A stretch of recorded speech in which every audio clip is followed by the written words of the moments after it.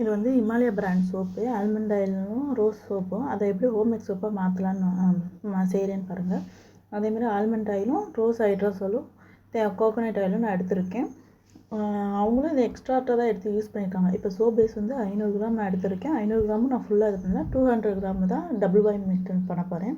அதில் double buying method பண்ணிகிட்டு இருக்கும்போதே நம்ம எடுத்து வச்ச ஆல்மண்ட் ஆயிலும் ரோஸ் ஹைட்ரோசாலும் மிக்ஸ் பண்ணிவிட்டு நல்லா மிக்ஸ் பண்ணி டிரான்ஸ்பரண்ட்டாக இப்படி தான் இருக்கும் பாருங்கள். சோப்பையும் ஃபுல்லாக வந்து நம்ம எடுக்கும்போது டிரான்ஸ்பரண்ட்டாக தான் இருக்கும். இறக்குன பின்னாடி கொஞ்சம் எசன்ஸ் ஆயில் சேர்க்குறேன்.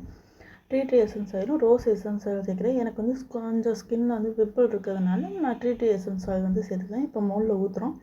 மோலில் ஊற்றின பின்னாடி நமக்கு டிரான்ஸ்பரண்ட்டாக சோப்பு வச்சுருக்கு. இந்த சோப்பு யார் யூஸ் பண்ணலாம்னா இப்படி தான் இருக்கும் சோப்பு. யார் யூஸ் பண்ணலாம்னா ட்ரை ஸ்கின்காரங்க வந்து கண்டிப்பாக யூஸ் பண்ணலாம். பிடிச்சா லைக் பண்ணுங்கள், சப்ஸ்கிரைப் பண்ணுங்கள்.